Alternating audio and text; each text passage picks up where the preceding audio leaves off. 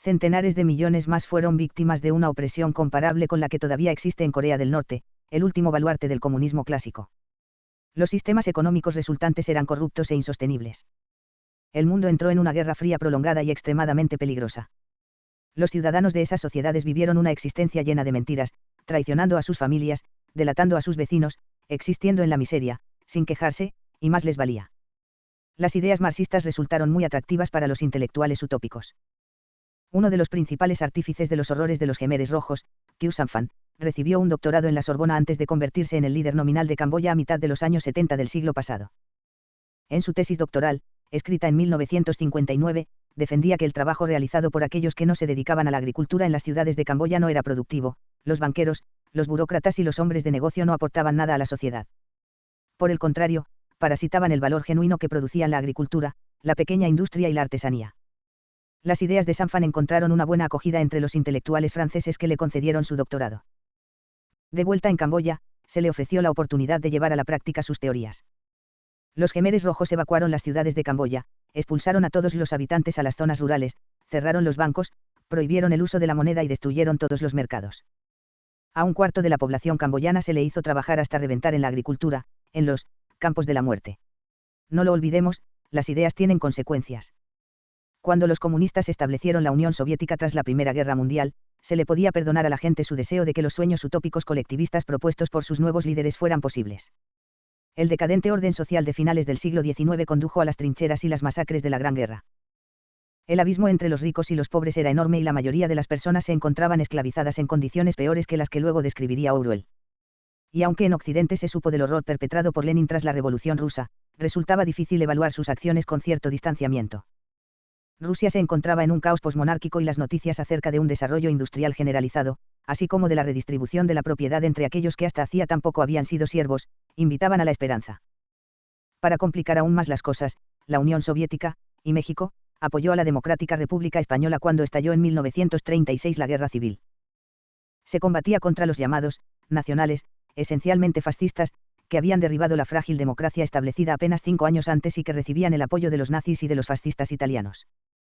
Los intelectuales en Estados Unidos, Reino Unido y otros lugares se sentían enormemente frustrados con la neutralidad adoptada por sus países. Miles de extranjeros se dirigieron a España para luchar junto a los republicanos e integraron las brigadas internacionales. George Orwell fue uno de ellos. Ernest Hemingway, que también apoyaba a los republicanos, escribió desde allí como periodista. Los jóvenes estadounidenses, canadienses y británicos interesados por la política sentían la obligación moral de dejar de hablar y empezar a luchar. Todo esto sirvió para distraer la atención acerca de lo que ocurría por entonces en la Unión Soviética. En la década de 1930, durante la Gran Depresión, los soviéticos estalinistas enviaron a Siberia a 2 millones de kulaks, los campesinos más ricos, aquellos que poseían algunas vacas, que tenían a alguien contratado o que disponían de más tierra de lo que era común. Desde el punto de vista comunista, estos kulaks habían acumulado su riqueza abusando de aquellos que se encontraban a su alrededor y se merecían este castigo. La riqueza significaba opresión y la propiedad privada era un robo. Había llegado el momento de que existiera cierta igualdad. Más de 30.000 kulaks fueron fusilados directamente. Muchos más serían víctimas de sus vecinos más celosos, resentidos e improductivos, que utilizaron sus ideales de colectivización comunista para enmascarar su propósito asesino. Los kulaks eran enemigos del pueblo, simios, escoria, alimañas, basura, cerdos. Haremos jabón con los kulaks, proclamaba un sector particularmente brutal de los habitantes de las ciudades, a quienes movilizaron el partido y los comités ejecutivos soviéticos para enviarlos al campo. Se sacaba a los kulaks desnudos a la calle, se los golpeaba y se los obligaba a cavar sus propias tumbas. Las mujeres eran violadas. Se expropiaban sus posesiones, lo que en la práctica significaba que se saqueaban sus casas hasta dejar tan solo las vigas y los travesaños. En muchos lugares los campesinos que no eran kulaks resistieron, particularmente las mujeres, que protegían a las familias perseguidas formando un escudo con sus cuerpos. Pero este tipo de acciones de resistencia resultó inútil. A los kulaks que no murieron se los mandó al exilio en Siberia, a menudo en mitad de la noche. Los trenes arrancaron durante el mes de febrero, en mitad del severo frío del invierno ruso. A su llegada a la desierta taiga se los alojaba en estructuras rudimentarias. Muchos murieron, sobre todo niños, de fiebres tifoideas, sarampión y escarlatina. Los parásitos kulaks eran, por lo general, los agricultores más hábiles y trabajadores. Una pequeña minoría de personas está detrás de la mayor parte de la producción de cualquier ámbito y la agricultura no era una excepción. Los resultados del sector agrícola se hundieron y lo poco que quedaba se arrebataba a la fuerza y se enviaba a las ciudades. En el mundo rural, aquellos que salían a los campos tras la cosecha para rebuscar granos de trigo con los que alimentar a sus hambrientas familias se arriesgaban a ser ejecutados. En Ucrania, de donde salía el pan de toda la Unión Soviética, 6 millones de personas murieron de hambre en los años 30. Comerte a tus propios hijos es un acto de barbarie, proclamaban los carteles del régimen soviético. A pesar de que la información sobre semejantes atrocidades iba más allá de los meros rumores, las actitudes hacia el comunismo se mantuvieron invariablemente positivas entre muchos intelectuales occidentales. Había otras cuestiones de las que preocuparse y la Segunda Guerra Mundial hizo que la Unión Soviética se aliara con los países occidentales que se oponían a Hitler, Mussolini e Hirohito. Sin embargo, algunos ojos siguieron abiertos y atentos. El periodista y escritor británico Malcolm Muggeridge publicó en el Manchester Guardian una serie de artículos que ya en 1933 describían la aniquilación del campesinado. George Orwell entendió lo que ocurría bajo Stalin e hizo que se supiera. En 1945 publicó Rebelión en la Granja, una fábula que satirizaba la Unión Soviética, si bien para ello tuvo que hacer frente a una considerable resistencia. Muchos que no tenían por qué mantener su ignorancia persistieron en su ceguera durante mucho tiempo después. En ningún otro lugar esto quedó más de manifiesto que en Francia, particularmente entre los intelectuales. El filósofo francés más famoso de mediados del siglo XX, Jean-Paul Sartre, era un conocido comunista, aunque no estaba afiliado, hasta que denunció la incursión soviética en Hungría en 1956. No obstante, siguió defendiendo el marxismo y no rompió definitivamente con la Unión Soviética hasta 1968, cuando se reprimió con violencia a los checoslovacos durante la primavera de Praga. No mucho después se publicó Archipiélago Gulag de Alexander Solzhenitsyn, del que ya he hablado profusamente en capítulos anteriores. Tal y como se señaló, y merece la pena hacerlo de nuevo, este libro demolió totalmente la credibilidad moral del comunismo, primero en Occidente y después en el propio sistema soviético. Circulaba gracias al samizdat, un método basado en la copia y distribución clandestinas. Los rusos contaban con 24 horas para leer una de las escasísimas copias, generalmente manuscritas o mecanografiadas, y pasársela a la siguiente mente inquieta. Radio Liberty, una organización de radiodifusión financiada por Estados Unidos que difundía información en los países de la órbita soviética, retransmitió a la URSS una lectura en ruso del libro. Solzhenitsyn sostenía que el sistema soviético nunca habría podido sobrevivir sin tiranía y trabajos forzados, que las semillas de sus peores excesos se habían sembrado sin ningún género de dudas en la época de Lenin, a quien los comunistas occidentales seguían exaltando, y que se apoyaba en interminables mentiras, tanto individuales como públicas. No se podía achacar sus males al simple culto de la personalidad, tal y como seguían argumentando sus defensores. Solzhenitsyn documentó el persistente maltrato de los prisioneros políticos, su sistema legal corrupto y sus masacres y detalló con dolorosa minuciosidad cómo no se trataba de aberraciones, sino de expresiones directas de la filosofía comunista que servía de base. Nadie pudo defender el comunismo tras Archipiélago Gulag, ni siquiera los propios comunistas. Esto no significa que remitiera la fascinación por las ideas marxistas entre los intelectuales, particularmente en Francia. Simplemente se transformó. Algunos se negaron en redondo a aprender. Sartre acusó a Solzhenitsyn de ser un elemento peligroso. Derrida, más sutil, sustituyó la idea de poder por la de dinero y siguió adelante tan campante. Este ejercicio de prestidigitación lingüística proporcionó a todos los marxistas que acababan de arrepentirse y que todavía poblaban las élites intelectuales de Occidente la oportunidad de mantener su visión del mundo. La sociedad ya no era la represión de los pobres por parte de los ricos. Ahora se trataba de la opresión de todo el mundo por parte de los poderosos. Según Derrida, las estructuras jerárquicas surgieron solo para incluir a los beneficiarios de dicha estructura, y excluir al resto de las personas, que de esta forma eran oprimidas. Pero ni siquiera esta argumentación resultaba lo suficientemente radical. Derrida sostenía que la división y la opresión se transponían al lenguaje, a las mismas categorías que utilizamos para simplificar pragmáticamente el mundo y transitar por él. Si hay mujeres, es solo porque los hombres ganan excluyéndolas. Si hay hombres y mujeres, es solo porque los miembros de ese grupo más heterogéneo se benefician de la exclusión de la pequeña minoría cuya sexualidad biológica resulta amorfa. La ciencia tan solo beneficia a los científicos, y la política, a los políticos. En opinión de Derrida, las jerarquías existen porque salen ganando al oprimir a aquellos que quedan fuera. Y es gracias a este beneficio perversamente obtenido que consiguen prosperar. Como es bien sabido, aunque más tarde lo negó, Derrida dijo, Ilene Y. a Paz de Horst lo que a menudo se traduce como, no hay nada fuera del texto. Sus adeptos dicen que se trata de una mala traducción y que la auténtica equivalencia sería, no hay texto exterior.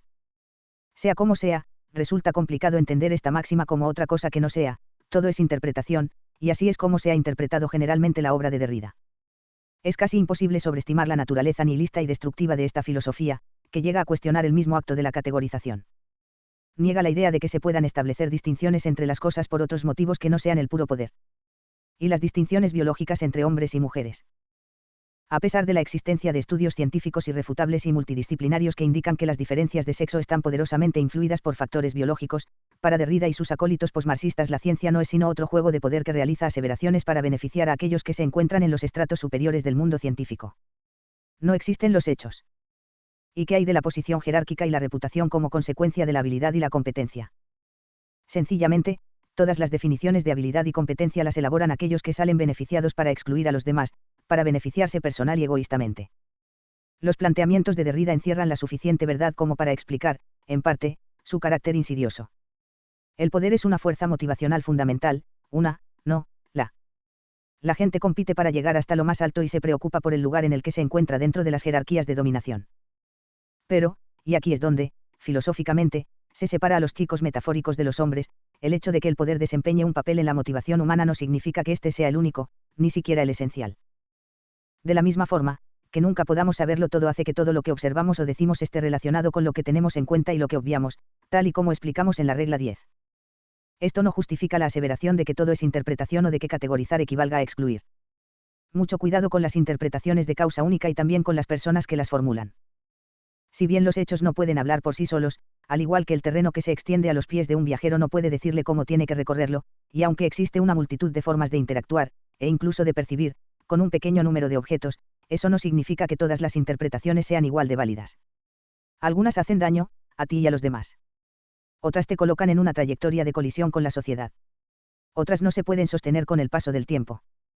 Otras no te llevan allí donde quieres ir. Muchas de estas limitaciones las llevamos incorporadas en nuestro interior como consecuencia de miles de millones de años de procesos evolutivos.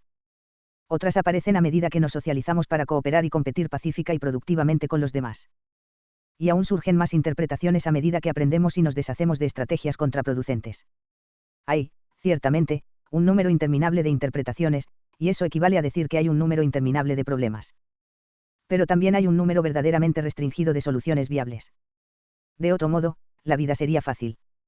Y no lo es. Ahora bien, algunas de mis convicciones pueden considerarse como próximas a la izquierda. Pienso, por ejemplo, que la tendencia de los productos de valor a distribuirse de una forma pronunciadamente desigual constituye una amenaza permanente para la estabilidad de la sociedad. Estoy convencido de que es algo más que demostrado, lo que no significa que su solución resulte obvia. No sabemos cómo redistribuir la riqueza sin abrir la puerta a toda una horda de nuevos problemas. Las diferentes sociedades occidentales han probado diferentes métodos. Los suecos, por ejemplo, llevan la igualdad hasta el límite.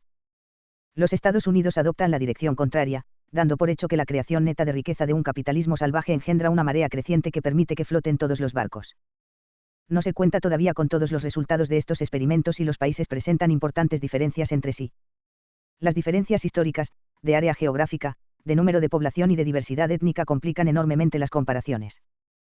Pero lo que resulta incuestionable es que la redistribución forzada en nombre de la igualdad utópica constituye un remedio peor que la enfermedad. También pienso, otra cosa que puede considerarse de izquierdas, que las sucesivas reformas de las administraciones universitarias para resultar análogas a las de las empresas privadas constituyen un error. Opino que la ciencia de la gestión es una pseudodisciplina. Creo que el gobierno puede, en ocasiones, ser una fuerza positiva, así como el árbitro necesario que establezca una pequeña relación de reglas necesarias. Sin embargo, no entiendo por qué nuestra sociedad financia con dinero público a instituciones y docentes cuyo objetivo confeso y consciente es la demolición de la cultura que los respalda. Son personas que tienen todo el derecho a pensar y actuar como les parezca, siempre y cuando se mantengan dentro del ámbito de la ley. Pero no pueden mantener ninguna pretensión razonable de obtener financiación pública. Si los partidarios de la extrema derecha recibieran fondos públicos para realizar operaciones disfrazadas de cursos universitarios, como hacen los de la izquierda radical, el clamor de los progresistas de toda Norteamérica sería ensordecedor. Hay otros serios problemas ocultos en las disciplinas radicales, más allá de la falsedad de sus teorías y sus métodos y su insistencia en la obligatoriedad moral del activismo político. No existe ni el más mínimo rastro de una prueba sólida que apoye ninguno de sus principales postulados, que la sociedad occidental es patológicamente patriarcal, que la principal lección de la historia es que los hombres, y no la naturaleza, fueron la fuente principal de opresión para las mujeres, y no, como ocurre en la mayor parte de los casos, sus compañeros, sus apoyos, que todas las jerarquías se basan en el poder y que tienen como objetivo la exclusión. Las jerarquías existen por muchos motivos, algunos de los cuales puede que sean válidos y otros no, y son increíblemente antiguas si hablamos desde el punto de vista evolutivo. ¿Acaso los crustáceos machos oprimen a los crustáceos hembras? Habría que acabar con sus jerarquías. En las sociedades que funcionan bien, en comparación no con una utopía hipotética, sino con otras culturas que existen o que han existido, la competencia y no el poder constituye un factor determinante para el estatus. La competencia. La habilidad. La destreza. No el poder. Es algo que resulta obvio tanto a nivel de las anécdotas como de los hechos.